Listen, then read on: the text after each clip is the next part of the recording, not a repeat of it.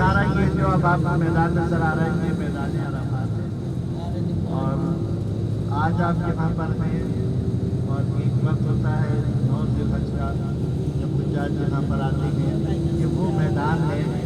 9 ذی الحج کے دن جس کی عظمت یہ ہوتی ہے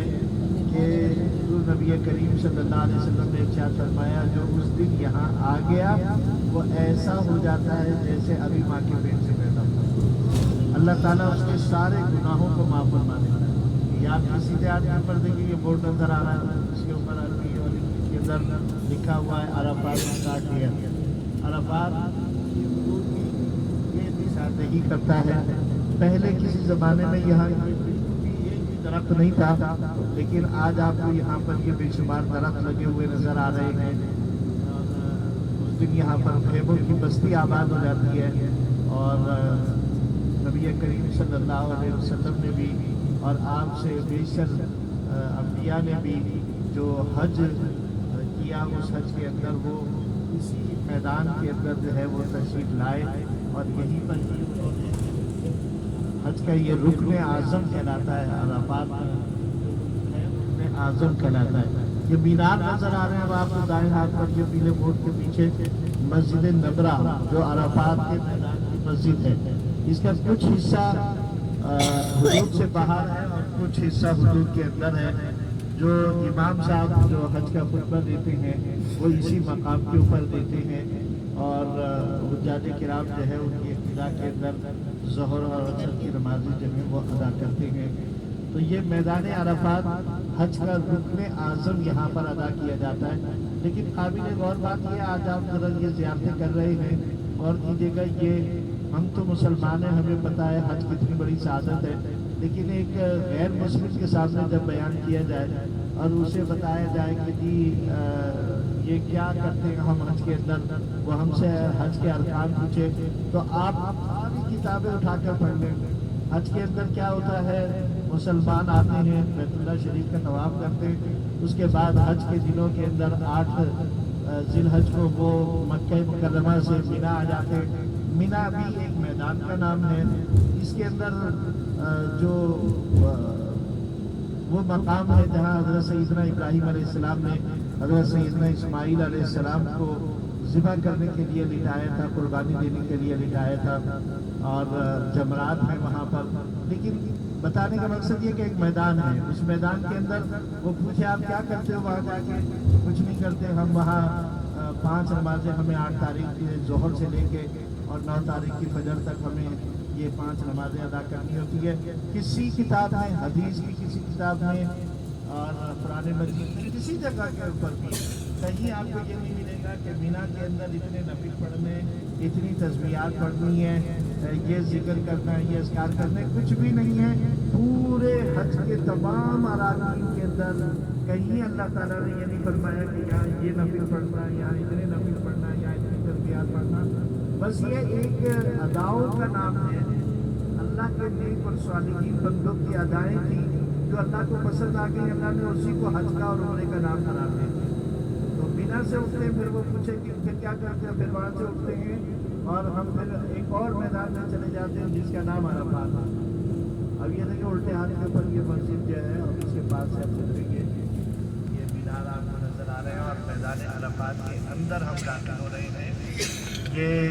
پیلے رنگ کے بورڈ ہیں، عرفات اسٹارٹ ہیئر، بدایہ عرفہ، یہ لکھا ہوا ہے اس کے اوپر۔ یہ ایسے ترچھے جا رہے ہیں تو مسجد کا ایک کونا جو ہے اگلا وہ عرفات کے حدود سے باہر نکلتا ہے۔